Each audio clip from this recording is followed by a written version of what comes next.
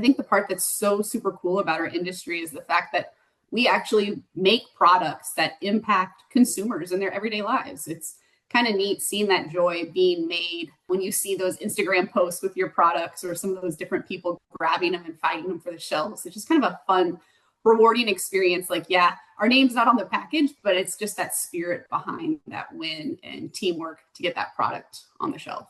The other thing that was really super cool that I've had the opportunity to do was to serve as Baking Tech 2024's program chair. I thought this was a super awesome opportunity because not only was I selected by one of my peers, I also got to help hand select a community of bakers and trade people to help spearhead the conversations and make sure we had the best content for that show that was super relevant and kind of kept our industry moving forward. And so that was really cool, working in a group effort to continue the conversations of our awesome industry.